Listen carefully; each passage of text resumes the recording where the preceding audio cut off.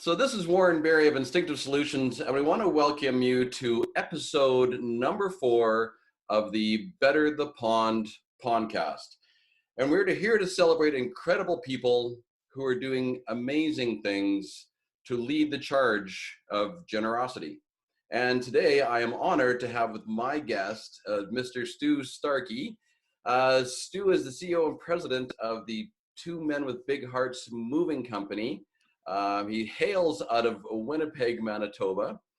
And you also have the Community of Big Hearts podcast, which I've been listening to. I've been very inspired by, and that's actually what moved me to get Stu on here, because I think he's got a great message to share. And also I understand, Stu, that you're involved with the CNIB as well. So you're a man who's got lots on the go. We had met back in Edmonton about 2 years ago, I guess. Yeah. So when we met via Tech Canada, when you were with a group out there in Winnipeg, I think we just kind of hit it off right away, and it's from there we've just kept in touch. I think it's just been a great relationship. So I want to thank you for that. So Stu, tell me a little bit more about yourself. Give me some backstory. Okay, so like you said, I am the president. Well, we'll just change up the wording a little bit. The Two Small Men with Big Hearts Moving Company. I have been the president of that company since 2012. I got my first franchise in 2010. And my group of franchises with my business partner, we've grown from 1 to 9 locations. Plus, we manage the franchise system across the country. I started off in university. I thought I was going to become an actuary, which is something that wasn't, after trying it out, I realized this was not for me. I fairly quickly, after trying it out, quit my job, and I played poker for a little while. And while playing poker, I met somebody in the industry and realized that I needed to do something more than just play with chips and click a mouse button for a living. I wanted to do some good for humanity and society. And so I've been told that business is the best platform for social change. So that's kind of the real short version of how and why I got into business and this particular company. Isn't it, from gambling to business? And isn't it all the same? Yeah. Absolutely it is. And I bet you 100 to 1 that you built an incredible strategy for both. Thank you. That's the fun part for me. I love strategy. I love trying to figure out how to work with the variables that we have to play with and figure out the best kind of win-win solution for everybody involved. Mm-hmm. And how are you guys, how's the company doing now in this whole crisis that's going on? How are you guys managing? Yeah, good question. We've been fairly fortunate. We worked really hard over these last few months to try and make sure that this is the most responsible thing we can be doing is staying open and helping our customers. And after a fair amount of conversation with our leadership team, we realized that we are needed. These property transactions cannot be reversed, and customers are in need. They can't do their own moving services for the most part. So we are there to help our customers still, and we're proud to be doing so. We spent a lot of time figuring out how to do it as safely as possible, and retraining and continuing to try and implement those habits. And it's not easy. I'm sure most of the listeners will understand that those habits of shaking hands and distance for talking to somebody and greeting somebody that you've had your whole life to change in a few days is difficult. So we have daily meetings to remind the staff about these, and we're doing our best in these interesting times. We have a great team, and everyone's pulling their weight. It never crosses it rarely crosses my mind that, I'm a leader, and it certainly, I don't consider anyone beneath me. We're all part of a team, and we're getting some good stuff done. Excellent, excellent. So let's jump right into this. So, there's been moments in my life where I have felt like the odd duck. I've done things differently. I've done things my own way. But and there was times when I thought that was kind of the things that were wrong with me because I was different. And what I learned over time was those are the traits that I had that actually made me the person that I am today. And so my question to you, Stu, is have you ever felt like the odd duck? Um, yes, of course. I think everyone, I would hope, feels that way at some points. So yes, there's been many times where I feel like the odd duck, and lots of experiences that have made me kind of think a little bit of a different way than you would, or other people, and that helps me have that different perspective. And yeah, I think I, you did write this question to me, and I wasn't sure. I struggled with like how to answer it, Mhm. and the best thing I come up with was the cheesiest answer out there, is that I think that if you look at all the ducks close enough, we're all like odd in our own ways. Right. So what makes you the odd duck? Can you give me an example of a situation where you've been the odd duck, but within that, you've come out the other side, or you've made something better, or you've improved it because of your way. Okay, so I'm pretty sure you know this about me, but um, I have a visual impairment. Hmm. Um, I growing up, I think when I was 6 years old, realized that um, I was losing my vision. It started with night blindness. So as a kid, as soon as the sun starts to go down, um, I was basically blind. And I'm out with my buddies, and we're 10, 11 years old, and I know I got to get home because my 10-year-old, 11-year-old friends aren't going to realize or consider that as something that how to handle the situation. And so early on, I guess I started to think about things a little bit differently because of those types of situations that arose. And as I grew up, my vision is degenerative. So there's more symptoms that have come up to the point now where I have a guide dog, which I got a year ago on the 29th of April. And that's really changed things for the better for me for a lot of different ways. But yeah, just going through this process, through the tougher times, it really helped me have interesting perspectives on things. So, what would you say that your greatest lesson learned might have come out of that? Um,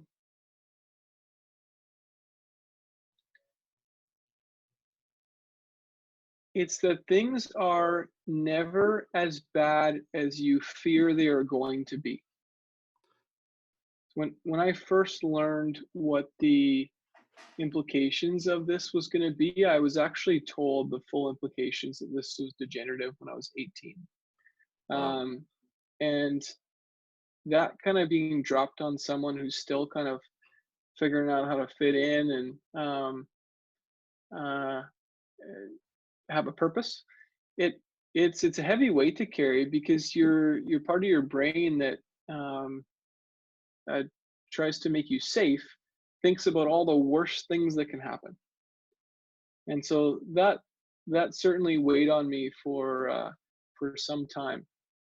And as I started to go through those milestones of losing my vision, I realized that this isn't as bad as I was fearing and imagining and playing out in my head, and that it's all good.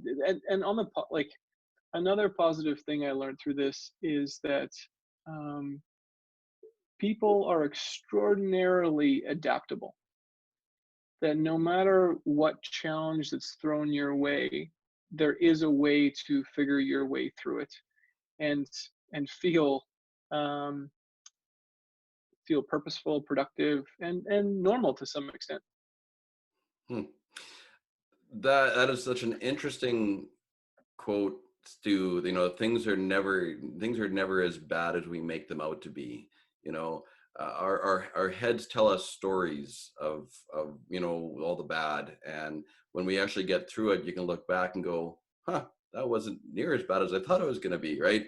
So if you look at, you had a visual impairment, but I mean, look at where it's taken you, or look at it's changed your perspective, and led you to where you are today, right? So I Yeah, mean, I could even take it further that I really and truly at this point consider it quite a blessing. so and that's the point of the question, Stu, is that what made you the odd duck is actually what leveraged you to do what you're doing now. I mean, look at the community of Big Hearts podcast. Like, look at the work that you're doing for the community. I mean, wow, what a gift. Yeah, absolutely. Yeah, Yeah, I couldn't agree more. thank you.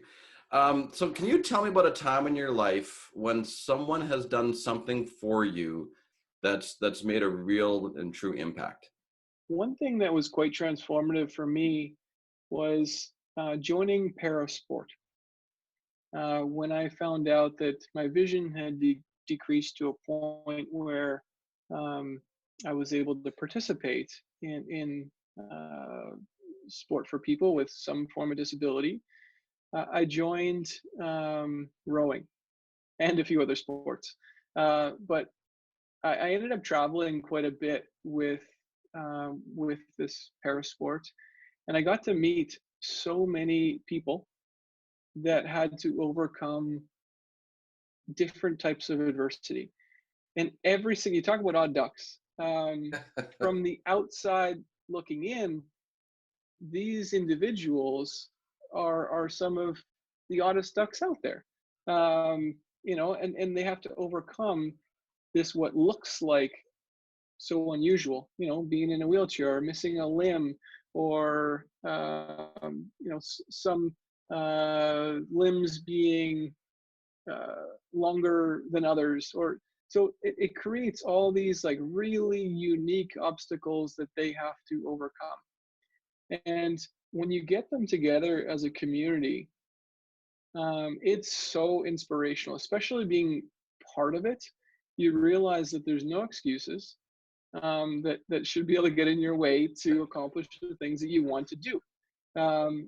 And that was one of the more transformational experiences for me, is just seeing all these individuals overcome their obstacles, the reasons why they might feel like an odd duck, and they were proud individuals. And after being with them for a little bit of time, I didn't see them as being the odd ducks. They were normal, successful, proud people.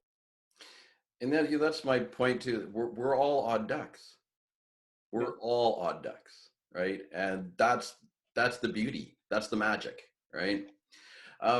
Would you say that because of that experience of doing the people that have done things for you, has that then moved you forward to do things for others? Has that inspired you to do even the work that you're doing now? Yeah, 100%. That's because that experience was so transformational for me. Um, it's um, it's a main focus for me now, Mm. is to help other people feel what I did. Feeling so lost, trying to figure my way through this fear of what life is going to be like, and then have all of these inspirational examples um, of people overcoming way worse things and doing it with such grace that I wanted to help lead others in that way and just pay it forward, um, as well as like it's not just, and we talk about this quite a bit on our podcast, that it's not just about um, giving back because you feel an obligation to pay it forward, but that it feels really good. Um, where we, how we started the Community of Big Hearts podcast is I was sitting down with Addison, my business partner, and this was about 2.5 years ago, and we were talking about our, it was our first annual meeting that we were having. We were becoming a bit bigger of an organization, and we needed to have some more formal planning done. Um, and we sat down. We wanted to figure out what our goals were. And when we were writing down our goals with the revenue and profits and stuff, and I realized that that wasn't motivating me the way it used to. That when I first started in business, my goal was to provide that security for myself financially and for my family. And especially fueled by knowing what's potentially going to come, with it being more difficult to be for me to be um, productive, not knowing how difficult that was going to be. It really lit a fire underneath me, and I worked my tail off, my tail feathers, as you might say, uh, and spent a lot of um, countless hours, late nights, early mornings, 7 days a week, growing my business, and put my social life on hold. And I was totally fine with it because I had this all-consuming purpose. But after a number of years, being successful to my definition of it financially, um, that fuel to get up early in the morning and work till late in the day started to dissipate. I didn't have the same energy I did getting up in the morning. So I brought this up at our meeting 2.5 years ago, and said, I think I need another purpose, and explored that with Addison, and I said, we're doing these programs where we're giving back. We're giving back to community, and that really feels good. Mm-hmm. And I want to do more of this. I want to figure out how to make, because that helps me get up in the morning. Mm-hmm. So if I do more of it, perhaps that's going to give more energy. And so we did. We formalized it, and we actually changed the purpose of our group of companies, and that has transformed my daily purpose, and has got me energized again. And for the last 2 years, we've been working extremely hard to have positive impact in the community, making our business sustainably profitable so we can sustainably give back to our communities and have impact. And then what we realized was, when we're having these kind of conversations, I was getting energized. I can see the person that on the other side of the table or the phone. I could feel their energy and wanting to try and do something like it. So we realized that giving back is not just about doing it ourselves, but it's about helping others do that as well. And so where I want to go with this is that, I believe that we all live in the same pond. The world is our pond, right? We all have our flocks. We all migrate. But what I want to know, and you led into the segue, is what are you doing right now to better the pond? And I want to know why you're doing it. Mm-hmm. Well, first of all, I love being on the other side of this conversation. Being the host of the podcast, you got to keep things on track, and I always feel the pressure to do that. And I'm learning how to do that. But being the guest, I get to talk about whatever I want. So so you can keep me on track, and I just get to talk. Yeah. So the why are we doing what we're doing? That's the question. What are you doing specifically? Because I'd like the listeners to know more about your Community of Big Hearts. And so what are you doing with that, and with your company more specifically, Yeah. and then why are you doing it? Okay, so what we are doing, we started off with something called the Big Hearts Move of the Month through our company, Two Small Men with Big Hearts. And what we're doing is we're donating a free move each month in each of our territories to a charity that we can have good impact with. So Mm. whether that's with, we work with a bunch of different shelters. We work with Boys and Girls Club. We work with Make a Wish Foundation, and quite a few others. So yeah, we do the Big Hearts Move of the Month. We have the staff volunteer time that we pay for them to do, and then we've created a charity called the Community of Big Hearts. And what we did to launch that was we launched a podcast. Um, and we are talking to individuals in the community that are leading charities, that are leading businesses, or are just started a community league that are leading in the community and having impact. And the goal is just to show others that it doesn't take a lot of effort to have a huge amount of impact. Yeah. And that also it feels really good. Um, we've added to that, to the Community of Big Hearts. We've added a community giving program where we're signing up businesses that are committing either to donate their services or donate their staff time in the community, and we're holding those businesses accountable to those commitments, and then we're bragging for them. Nice. So um, I thought that was really important, because when I first started doing this, I felt extraordinarily uncomfortable taking the credit for the stuff that we're doing. But what I realized, or what I was talked into doing, was that the more that people realize what we're doing, um, the more we'll inspire others, but also the more that your business will get credit for doing it, and the more the community is going to want to support your business. Are you planning on staying within the community of Winnipeg or even the province? Or is there a bigger plan here to take it past what you're doing now? Yeah, so we are already in all of the major cities in Western Canada where we're delivering our donated services programs. Our offices are in every province in the West, so Manitoba, Saskatchewan, Alberta, BC. Hmm. And so we have staff donating our time there, and our podcast is interviewing people in all those communities. Hmm. We started off Winnipeg centric because that's where the producer of the podcast is from, and I have a few more connections there. But we are now interviewing people right across the country, to keep everybody engaged and keep a diverse set of examples to show that no matter what your abilities or perceived disabilities are, you can have that impact. Absolutely. So if you see here, like I said, say hi to Goose.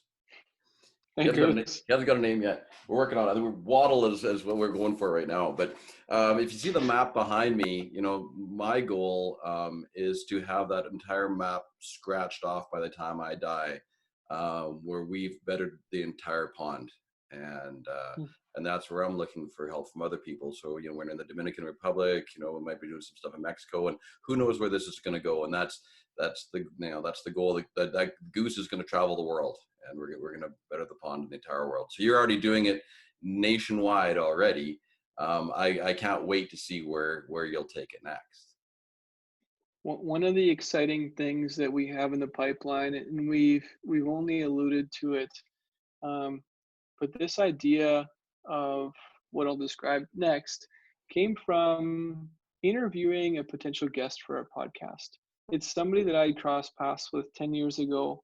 And to me, in my eyes, he was a superhero.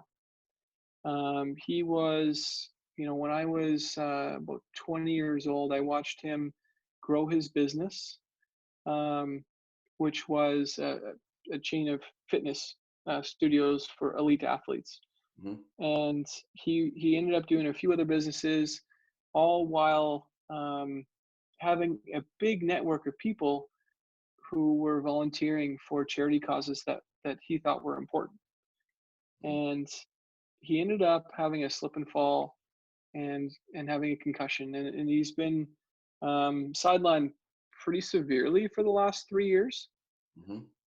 I sat down to see if there's anything that we could do to help, or any ideas that he had that he wanted to really roll with, because he had been so impactful. And he said to me that, look, he said, like, almost with a tear in his eye, he said that, I have all of these volunteers. He said it's like an army of volunteers in my phone that I can't mobilize and organize anymore. And that night I went to sleep, woke up, at 2 in the morning, and couldn't stop thinking about that. That thought was that quote was echoing in my head, army of volunteers. So I go to my office and start whiteboarding, and realize that there's no reason that having one person eliminated from this organization should end the good it's doing. So we have been sketching out a volunteer app that solves some of the problems that the current ones don't currently solve. And we're going to pay for the development of this app and start putting it into motion, and using our podcast as a platform to get people to sign up. Finding the charities, we have good connections there, and then we're going to get businesses involved to try and get them to be accountable to having their staff um, volunteer in the communities. So that's just one of the things that we're really excited about doing and having an impact with the community of Big Hearts. There's so many different ways to do it, Warren, Hmm. and what you're planning on doing is um, awesome. I can't wait to follow your story and help out any way that we can. Yeah, absolutely. So you led into another segue. Man, you're good at this. Um, so I personally believe that people are awesome, and I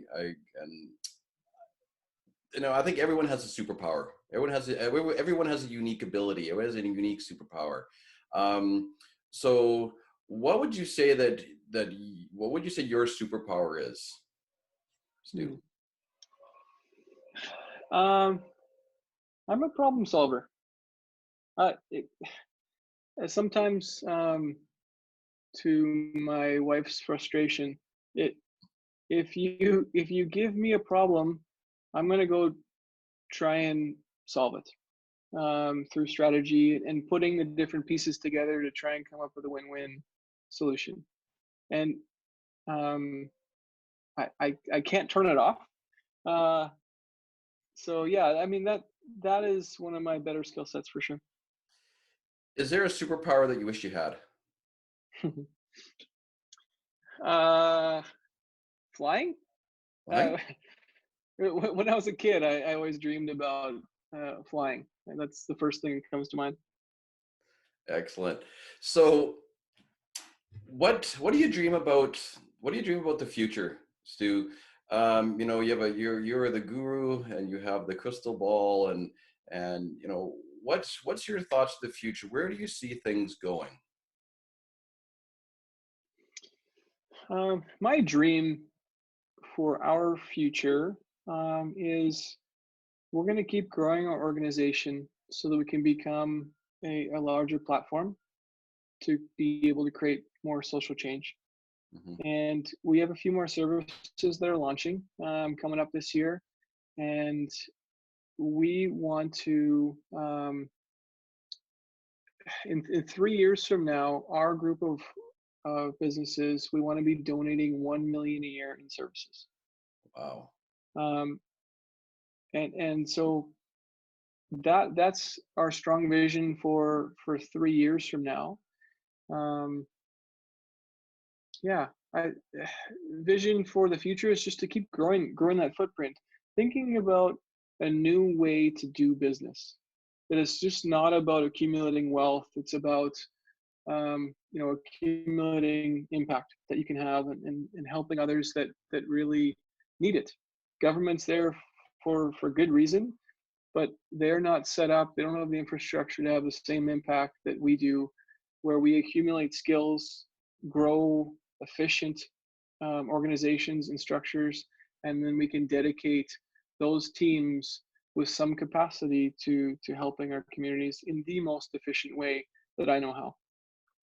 It's really interesting listening to you, Stu, because, when I listen to you, talk about your company, it's all, everything's, and please correct me if I'm wrong, but everything is about having an impact on a community, helping humanity, making a difference, doing something bigger than yourself, um, helping anybody that needs help along the way in their life to make the world a better place. But you It, move furniture to do it. it may sound cheesy, and I don't think I've ever said this before, but before, like I said, it was about accumulating that financial safety net, and we've achieved that. So for me, the most important currency now for me in my life is to help, and use what I've grown, what feels like my second child, Mm-hmm. to have this impact. And it isn't altruistic. Like, I get energy from it. It's something that I take a whole lot of pride in, and that really truly is where our focus is in delivering sustainable impact. We need to be a profitable business so we can keep doing these things. Yeah, but you never talk about the moving company as what you do as a service. You talk about everything that comes out of that, which Yeah, I good think point. is really inspiring. Uh, we believe that um, a moving truck and two guys and the equipment on it is a commodity. That's not what our moving company sells. Um, we are selling a friendly, caring service that has good attention to detail, and we communicate really well. So that's what we sell. And part of that, and the most important part of it to us, is using that to have that impact. And if customers know that, then we believe that if all other things are equal, um, which we don't believe, we believe that we provide a bit better service. But if all other things are equal in price and service, that they would choose us just because we're doing good for their and our communities. Absolutely, and it shows, right? Because Thank you're you. doing it. You're not talking about it. You're doing it. No, So, thank you. in closing, I really want to thank Stu for joining me today and helping us lead the charge of generosity. So, Stu, where do we reach you? How do we get a hold of you? What about your podcast? Let's do a little shameless plug here. Let's get people um, listening. we would love to have more people tuning in to the community of big hearts with Stu Starkey. You can search us on any podcast platform. And or you can email me directly if you guys have any charities, causes, that it's important to you guys, you think you should be on a podcast, like Warren should also get the same email. Email me at stu at two small men, that's TWO smallmen.com. And I do want to give you a plug. I love your podcast. I really do. I think that it is inspiring. There's knowledge. It's enlightening. It's brilliant. And I hope that my listeners out there take the opportunity to definitely go in and take a listen to yours, because to my opinion, you set the stage. I think it's great. Thanks a lot. I appreciate you having me on here. You made this a really fun conversation for me, and hopefully we've inspired a few people to join our cause. Absolutely. So if you know of anyone else who is leading the charge of generosity, you can reach out to me. My email is Warren, WARREN, at instinctivesolutions.ca. It can be reached on Facebook and the Instinctive Solutions and LinkedIn and all the social platforms.